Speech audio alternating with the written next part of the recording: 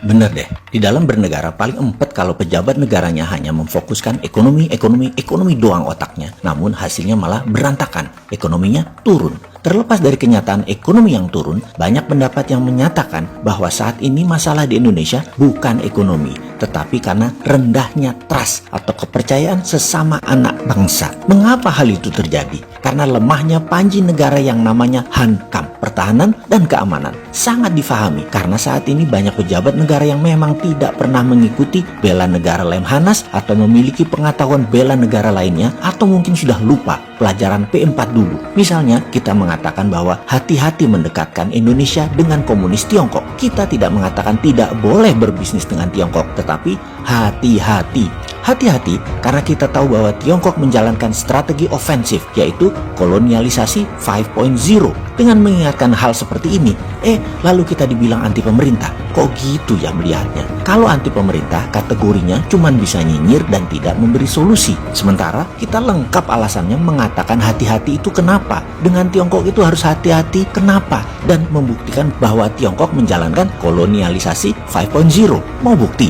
Berapa kali kita mengatakan bahwa nation interest sebuah negara bisa menjadi nation threat negara lainnya. Kalau yang kelola negara paham apa itu strategi geopolitik negara lainnya. Misalnya, Tiongkok yang punya nation interest untuk menghidupi 1,5 miliar penduduknya. Telur ayam satu hari mereka butuh berapa ton? Bahan bakar minyak BBM mereka butuh 10 juta barel per harinya. Gas, beras, minyak goreng, berapa ton per harinya mereka butuhkan. Sebagai negara produsen, mereka juga memerlukan bahan baku industri yang berkelanjutan. Dan strategi bernegaranya disusun rapi sejak 40 tahun yang lalu. Inilah nation interest Tiongkok yang bisa menjadi ancaman nasional negara lain termasuk Indonesia kalau sadar bernegara. Kita review mundur sebentar pelajaran bernegaranya. Dulu Indonesia punya Repelita, rencana pembangunan 5 tahun, mulai dari ketahanan pangan hingga membangun industri dalam 6 Repelita. Repelita adalah pengejauhan tahan dari GBHN, garis besar haluan negara. Ketika demokrasi ala Amerika masuk dengan berubah undang-undang 2002, bubrah itu GBHN. GBHN sekarang nggak ada lagi. Sehingga sudah tahun ke-18 saat ini Indonesia bernegara hanya menghabiskan APBN. Berpolitik hanya rebutan APBN. Pejabat hanya membuang APBN bukan untuk hal yang produktif, bukan hal yang menghasilkan nilai tambah. Kebijakan bernegara jadi mengikuti GBHN negara lain, seperti mengikuti strategi Tiongkok misalnya yang menjalankan protokol kolonialisasi 5.0. Kita buktikan, kita mengingatkan strategi close loop-nya turis Tiongkok di Bali. Pertama, beli hotel penginapan mulai dari kelas melati sampai bintang 5. Lalu beli restoran, lalu beli toko oleh-oleh, lalu atur biro perjalanan di Bali dengan kendaraan bis, penterjemah, lalu bekerja sama dengan beberapa toko, kafe, dan restoran untuk menerima pembayaran. Ketika pesawat mendarat di Bali, para turis tersebut dijemput bis, dibawa ke hotel milik mereka, lalu makan di resto milik mereka, lalu menonton tari kecak ke tempat wisata, balik lagi makan di resto lain lagi milik mereka juga. Terus berhari-hari begitu, kemudian pulangnya beli oleh-oleh di toko mereka,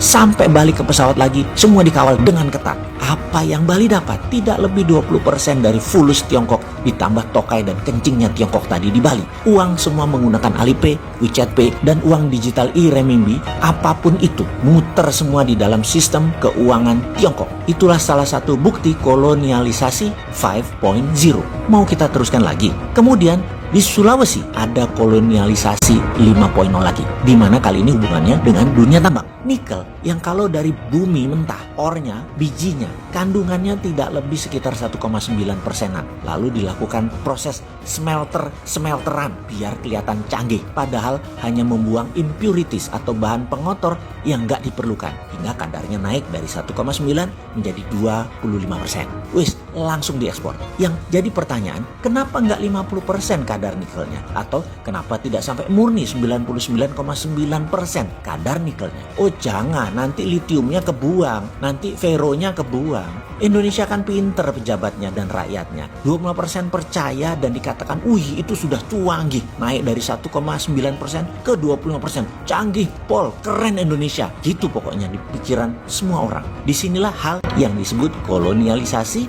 5.0. Oke, kita mulai rincikan. Mesinnya buatan mana alat-alat di Sulawesi itu? Modalnya dari mana? Tenaga kerjanya dari mana? Mata uangnya apa? Lalu hasilnya nikel 25% tadi dibayar ke Indonesia pakai yuan.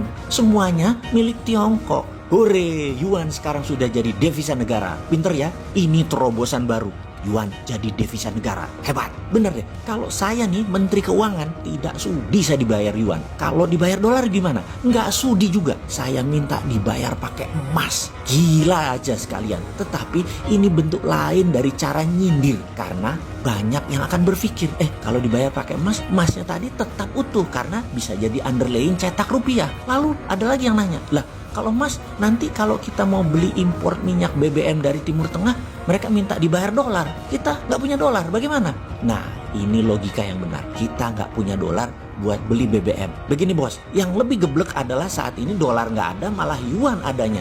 Itu Saudi dibayar emas lebih mau kali daripada dibayar yuan. Jadi, begitu cadangan devisa Indonesia yuan, itu namanya Indonesia jadi provinsinya Tiongkok. Dan itu kolonialisasi 5.0. Paham? Itu aja kok dibilang kita anti pemerintah. Kita ini wong bodoh ngaku pinter. Itu lebih pas.